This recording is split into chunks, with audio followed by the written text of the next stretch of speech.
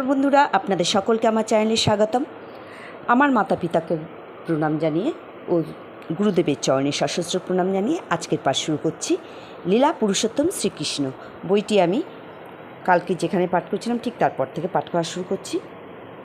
কংসই কেবল তার ভগিনী দেবকীর দিব্য রূপ দর্শন করল এবং তৎক্ষণাৎ সে বুঝতে পারল যে পরমেশ্বর ভগবান তার গর্ভে আশ্রয় গ্রহণ করেছেন।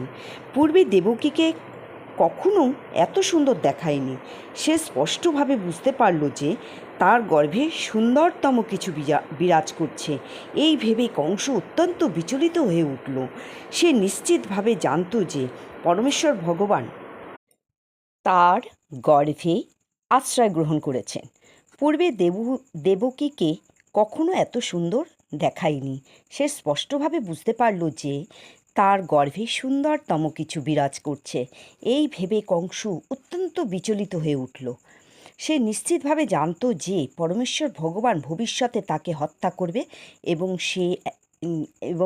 সে এখন বুঝতে পারল যে তিনি এসে গেছেন।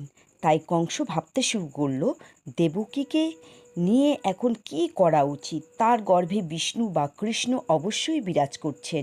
সুতরাং দেবতাদের উদ্দেশ্য সাধন করার জন্য কৃষ্ণ যে এসে গেছে সেই সম্বন্ধে আর কোনো সন্দেহ নাই। আমি যদি এখন দেবকীকে হত্যা করি তাহলে তার উদ্দেশ্য প্রতিহত করা যাবে না। কংস ভালোভাবেই জানত যে বিষ্ণুর ইচ্ছা কেউই প্রতিহত করতে পারে না। যে কোনো বুদ্ধিমান মানুষই জানে যে ভগবানের আইন কখনো লঙ্ঘন করা যায় না।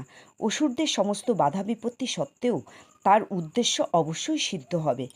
কংস ভাবতে লাগল, যদি আমি এখনই দেবকীকে হত্যা করি তাহলেই বিষ্ণু তার ইচ্ছা আরও প্রবলভাবে সম্পাদন করবেন। এই সময় দেবকীকে হত্যা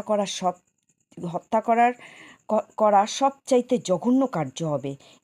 কেউই কোনো অবস্থাতেই তার প্রতিষ্ঠা নষ্ট করতে চায় না। আমি যদি এখন দেবকীকে হত্যা করি তাহলে আমার সুনাম সর্বতোভাবে নষ্ট হবে। দেবকী একজন অবলা নারী। সে আমার কাছে আশ্রয়ে আছে এবং সে এখন গর্ভবতী। আর এখন যদি আমি তাকে হত্যা করি তাহলে তৎক্ষণাৎ আমার সমস্ত সুনাম, আমার সমস্ত পুণ্য এবং আমার আয়ু নষ্ট হয়ে যাবে। সে আরও ভাবল, যে মানুষ অত্যন্ত হিংস্র নির্দয়, সে জীবিত অবস্থাতেও মৃতের মতো। জীবিত অবস্থায় সে কোনো মানুষের ভালোবাসা পায় না এবং মৃত্যুর পরও মানুষ তাকে অভিশাপ দেয়।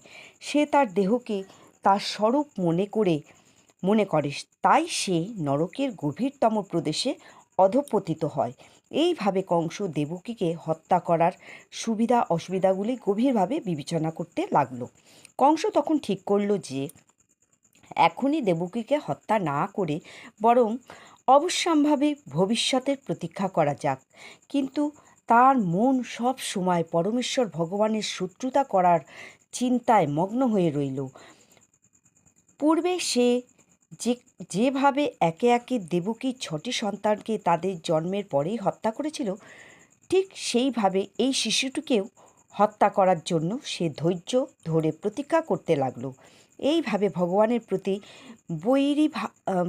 বৈরী ভাবাপন্ন হয়ে কংস শয়নে ভোজনে গমনে সর্বক্ষণই কৃষ্ণ ও বিষ্ণুর চিন্তায় মগ্ন হয়ে রইল। তার মন পরমেশ্বর ভগবানের চিন্তায় এতই মগ্ন হয়ে রইল যে সে পরোক্ষভাবে সর্বক্ষণ কৃষ্ণ ও বিষ্ণুকে দর্শন করতে লাগলো।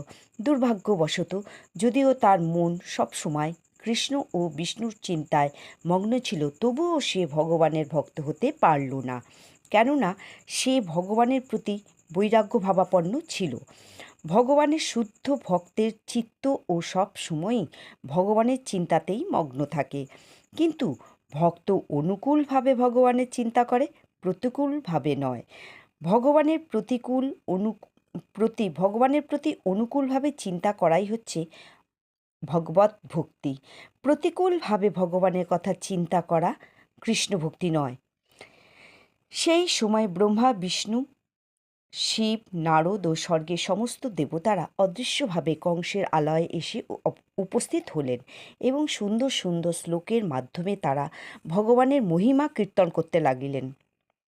এই প্রার্থনাগুলি ভক্তদের অতি প্রিয় এবং এই প্রার্থনা কীর্তন করার ফলে তাদের সমস্ত মনোবাঞ্ছা পূর্ণ হয়।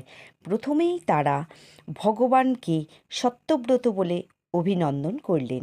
ভগবদ্গীতাতে ভগবান বলেছেন, পরিত্রাণায় সাধূনাং বিনাশায় চ চতুষ্কৃতম ধর্ম সংস্থাপনায় সম্ভাবামি যুগে যুগে। এটি হচ্ছে ভগবানের প্রতিজ্ঞা। দেবতারা বুঝতে পারলেন যে তার এই প্রতিজ্ঞা পালনের জন্য পরমেশ্বর ভগবান দেবকীর গর্ভে আশ্রয় নিয়েছেন। তা বুঝতে পেরে দেবতারা আনন্দে উৎফুল্ল হয়ে উঠলেন এবং তারা কৃষ্ণকে সত্যাং পরম বলে বন্দনা করলেন। তো বন্ধুরা, আজকে এই পর্যন্ত। পরের দিন ঠিক পরের থেকে পাঠ করব। নমস্কার।